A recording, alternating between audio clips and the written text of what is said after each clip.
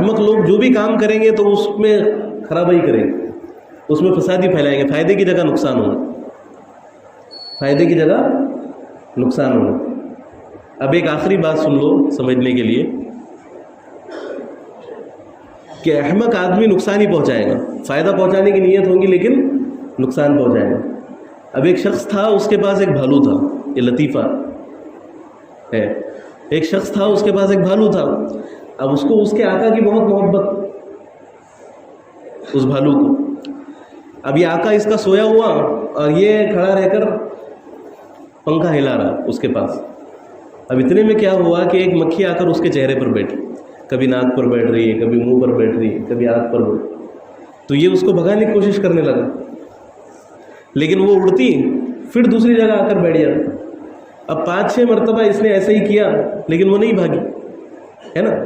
بالآخر پھر اس کو غصہ آیا، اس نے کیا کیا کہ مکھی کو بیٹھنے دو ایک جگہ اچھے طریقے سے۔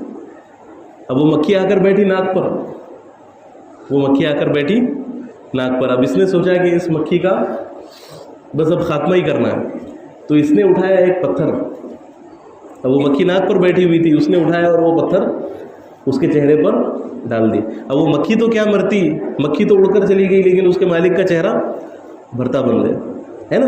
تو اسی طرح ہم جب دعوت دیتے ہیں کسی کو تو اس کو فائدہ تو کیا ہوگا، الٹا وہ اور زیادہ گناہ میں سرکش ہو جائے گا، الٹا وہ اور زیادہ باغی بن جائے گا، وہ کہے گا کہ بھئی جا میں نہیں چھوڑتا، تجھے جو کرنا ہے کر لے۔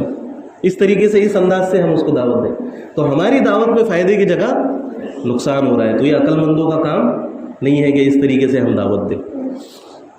تو یہ کچھ باتیں ہم سب کے سامنے آئی، حقوق و لباس سے متعلق بھی اور فرقہ واریت سے متعلق بھی اور بغض و حسد سے بھی متعلق بھی۔